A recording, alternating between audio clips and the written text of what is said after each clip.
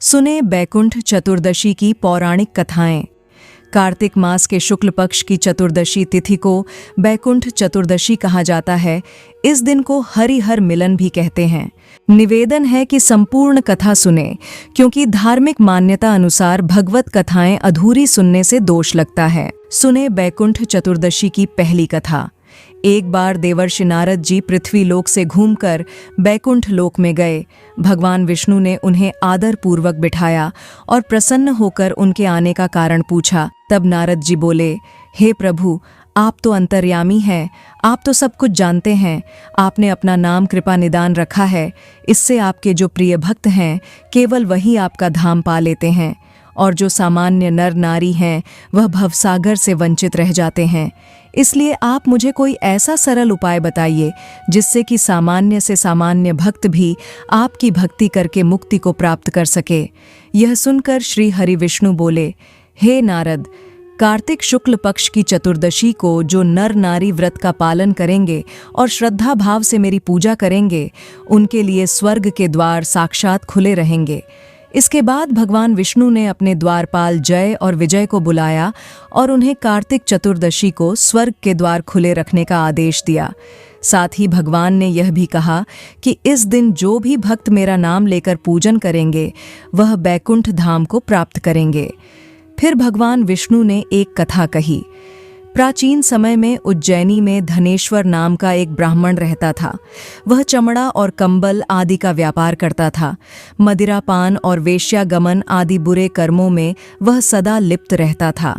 वो दिन रात दुष्कर्म पाप में लीन रहता था, इसलिए वह व्यापार करने के लिए नगर नगर घूमा करता। एक दिन वह व्यापार के लिए घूम रहा था और घूमते घूमते वह महिष्मतीपुरी में जा पहुंचा। वह नगरी राजा महेश के द्वारा बसाई गई थी। उस समय पवित्र कार्तिक मास चल रहा था। उस समय वहां पर कार्तिक मास का व्रत करने वाले बहुत से लोग अनेकों गांवों से स्नान करने के लिए आए हुए थे। धनेश्वर ने उन सभी को देखा और अपना सामान बेचता हुआ वह भी एक मास तक वहीं रहा। वह प्रतिदिन वैष्णव के मुख से भगवान श्री हरि के नामों का कीर्तन सुनता और उनसे वार्तालाप किया करता था। वह कार्तिक मास के व्रत की उद्यापन विधि और जागरण भी देखता रहा कि कैसे व्रती ब्राह्मणों और गायों को भोजन करा रहे हैं, उनको दान दक्षिणा आदि भी दे रहे हैं। उसने भगवान शंकर और भगवान विष्णु की प्रसन्नता के लिए जलते हुए दीपक भी देखे। त्रिपुर नाम के राक्षस के तीनों पुत्रों को भगवान शिव ने इसी तिथि को जलाया था, इसलिए भगवान शिव के भक्त इस तिथि को दीपोत्सव के रूप में मनाते हैं। इस प्रकार नर्मदा नदी के तट पर रहते हुए धनेश्वर ब्राह्मण को पूरा 1 माह बीत गया। तब एक दिन अचानक ही एक काले विषैले सांप ने उसे डस लिया, जिससे व्याकुल होकर वह अचेत होकर पृथ्वी पर गिर पड़ा। उसकी यह दशा देखकर वहां के दयालु भक्तों ने उसको चारों ओर से घेर लिया और उसके मुख में तुलसी दल मिश्रित जल के छींटे देने लगे। जब धनेश्वर के प्राण निकल गए तब यमदूतों ने आकर उसे बांध लिया और कोड़े बरसाते हुए उसे यमपुरी में ले गए। तब यमराज जी ने अपने सेनापतियों को आदेश दिया कि धनेश्वर को कुंभीपाक नरक में डाल दो। परंतु जैसे ही सेनापतियों ने धनेश्वर को कुंभीपाक नरक में ले जाकर गर्म तेल के कड़ाही में डालना चाहा तो वह कुंड ठंडा हो गया। यह देखकर सभी हैरान रह गए और उन्होंने यह सारी घटना यमराज जी को बताई।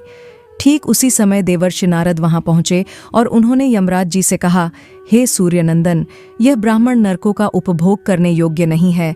जो मनुष्य पुण्य कर्म करने वाले लोगों का दर्शन स्पर्श या फिर उनके साथ वार्तालाप करते हैं वह उनके पुण्य का छोटा सा अंश प्राप्त कर लेते हैं।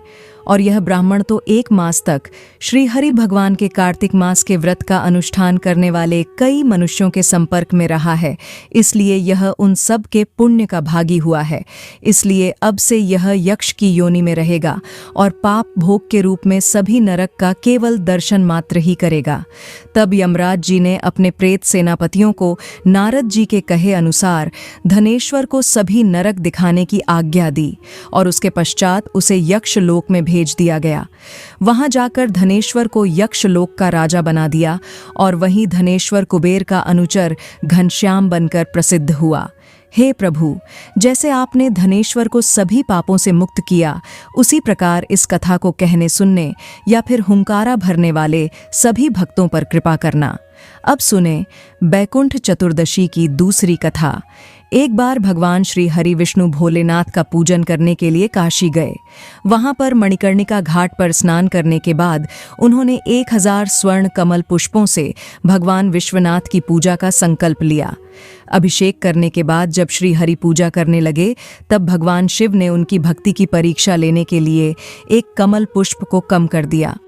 भगवान श्री हरि को अपने संकल्प के अनुसार भगवान शिव को 1000 कमल पुष्प अर्पित करने थे। अब जब एक कमल पुष्प गायब था तो उन्होंने सोचा कि मेरी आंखें भी तो कमल के समान हैं और मुझे पुंडरीकाक्ष और कमल नयन भी कहा जाता है, तो क्यों ना मैं अपना एक नेत्र भगवान शिव को कमल पुष्प के बदले अर्पित कर दूं। यह सोचकर भगवान श्री हरि अपनी एक आंख चढ़ाने के लिए तैयार हो गए।